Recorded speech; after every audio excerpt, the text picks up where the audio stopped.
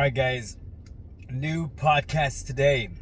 Doing it in my vehicle because I'm on break. A little longer break than usual, so I decided to do the podcast in my truck. I just got done eating, so my bad.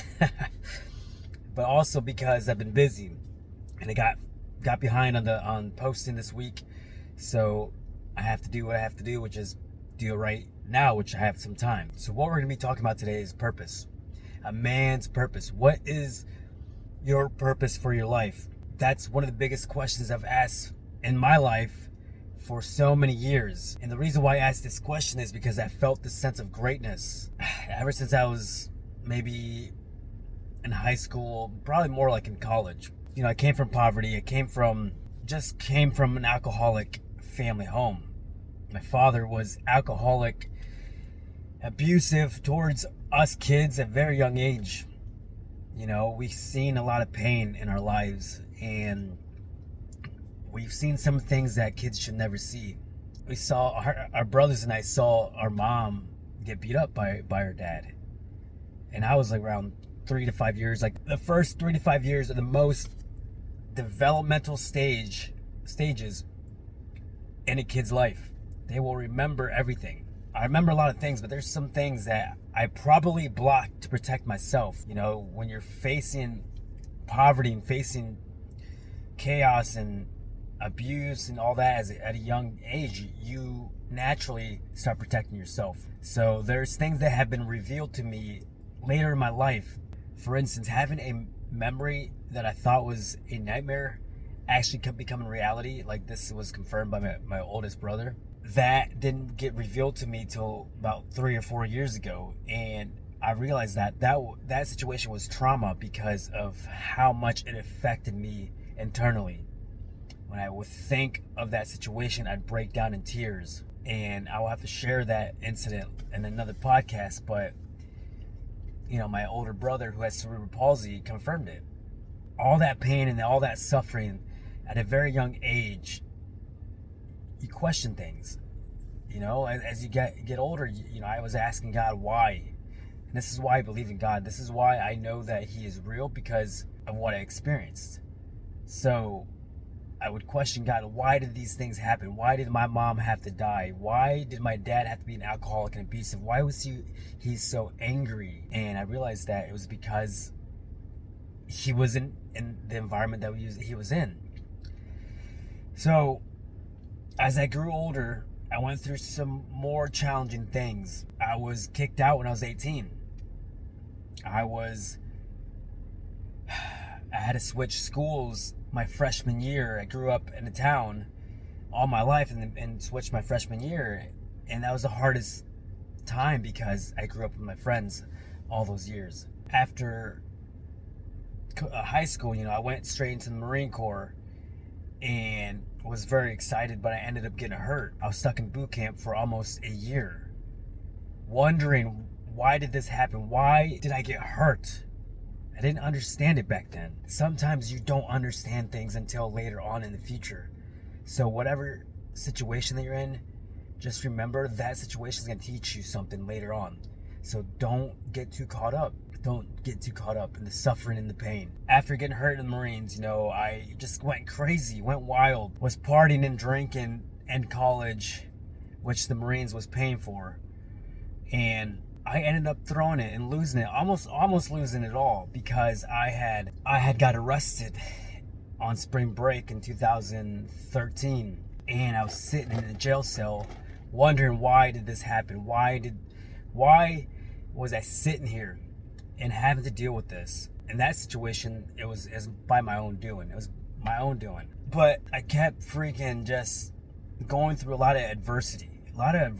And the more adversity that you go through in your life, the more stronger mentally you'll become, unless you let the adversity keep you stuck. And that's what a lot of people do, is just let the adversity keep them at the bottom. But if you can overcome that adversity, if you can overcome the challenges in your life, it's going to grow you. And that's why I am here right now. That's why I understand what has happened in the past was meant to develop who I am now, which is just someone that is relentless, someone who's strong, someone who's just unstoppable.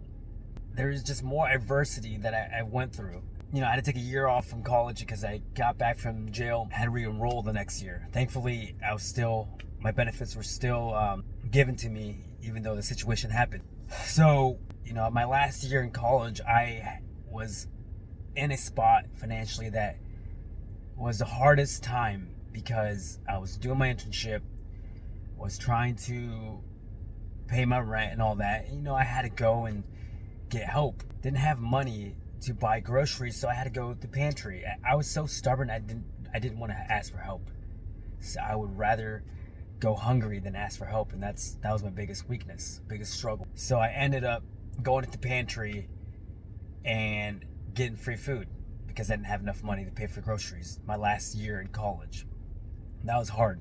That was very, very hard. I ended up graduating soon after. You know, I just felt this sense of greatness within myself just because I've overcome so many things in my life. So I ended up going and trying to build my own business. The first business that I built was a drop shipping business. And I failed that business because there was no purpose. It was just me thinking that money is what. I tied money to success. I tied the value to money, which was not the right thinking. Because it doesn't matter if you have all the money in the world, but if you aren't fulfilled in what you do, then you're gonna lose it. You're not gonna stick to it. I continued doing different businesses throughout the years, thinking, oh, this is gonna be it. I feel the sense of greatness. I want to accomplish success. Success to me meant money and income, the cars and all that. But that was the wrong mindset. And I ended up quitting every business that I tried. I tried boot camps. I tried doing Amazon FBA. I gave that up because I was not getting results, or it wasn't fulfilling. I would have to research products every freaking day. I was researching hours and hours of products trying to find the right product because I bought a course to learn how to do this, and it wasn't fulfilling. And again, I ended up in a dead end. Realize that, what the hell, why can't I stick to something? Why do I keep giving up? But don't get me wrong, I spent a lot of time in these businesses. I didn't just start a business and quit in a month. I spent a year or 2 years on it. So after all that's said and done, I'm like, okay, I really have to write down, what is it do I want in life? What is it? What is my gifts? What is my talents in life? What has my journey been? And that's when things started clicking, is when I sat down and went and reflected on my life and realized, hey, hold on, man, you're on the right track. You need to reflect and look back on the journey that you've been on. What have you been good at? I've been good at encouraging other people. I've been good at motivating people. I've been good at sharing my story to people and helping people with fitness, helping people with their goals. And I'm like, okay, I'm starting to get somewhere. Maybe I start coaching, fitness coaching. So over these last almost 4 years, I've been trying to build this coaching business, and nothing has happened. Nothing has been going the way that I thought that it's supposed to be. But the cool part is that I realized what it is my purpose is. But it wouldn't have happened if I gave up a long time ago. But I kept pushing, I kept persevering. I kept taking this step and failing until the purpose was revealed. And the purpose was revealed not too long ago, which God had placed on my heart because of all the suffering that I endured, and the fact that I'm into fitness, and now that I'm a father, how important it is to be there for your kids. And that's what it was. God didn't reveal the purpose until I had a son. But I didn't even know that purpose quite yet because I was too focused on the wrong thing. I was too focused on doing the wrong stuff. And that's what happens. But you have to keep pushing. You have to keep taking that step.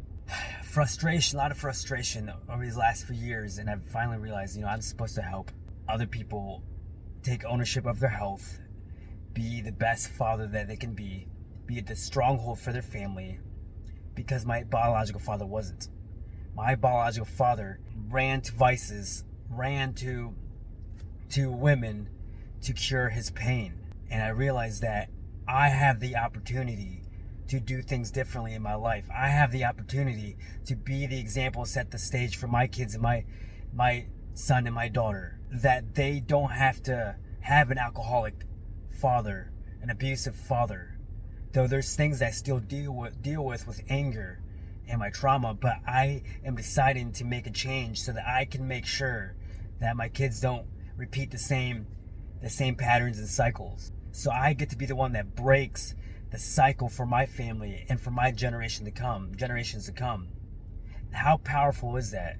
How powerful is it that I'm able to change the trajectory of my lineage because I am decided to work on myself, and that's what God laid on me to help finally understand what it is. And like I said before, that purpose wasn't revealed to me until I had my son, but I didn't quite tap into it until recently, maybe the last year or so. But we get too caught up on the noise, too caught up in striving and achieving instead of becoming and being.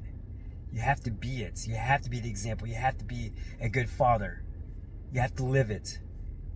You know what I mean? So you have to look within. The answer is within yourself, but you cannot be chase too much for things. What it comes down to is attracting things into your life. I attracted my wife when I started to heal myself and stop chasing after women. When I decided to drop the alcohol and start bettering myself, that's when things started to happen. Because when you try to chase, you're being too needy. So you have to just relax, be in the moment, be in the present, be content. If you're not happy in the situation that you're in, you have to learn how to be content in the situation that you're in.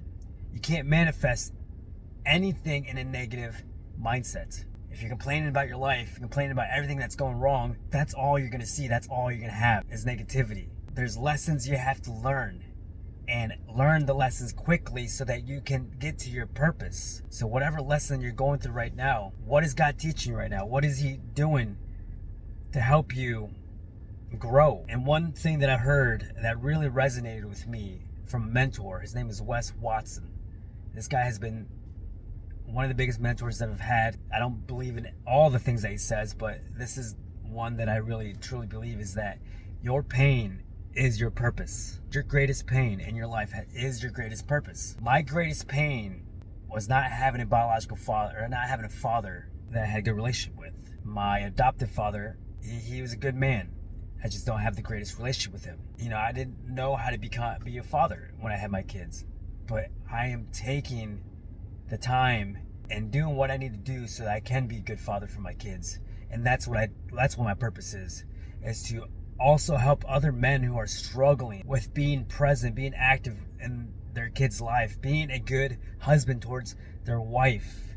That's the purpose, man. So if you're struggling, trying to figure out what your purpose is, what is your greatest pain? What is something that you've been through that you can help someone else?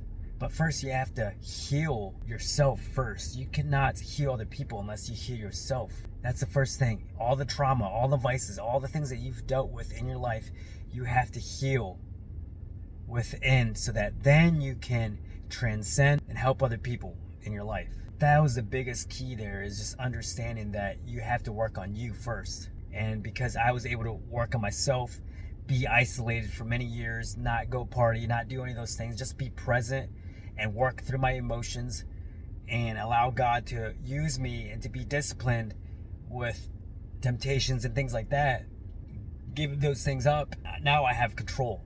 Now I have a discipline. Now I can be an example to the dads out there who are overweight, who aren't taking care of themselves, that it is possibly be in shape to be healthy and to be a good role model for your kids.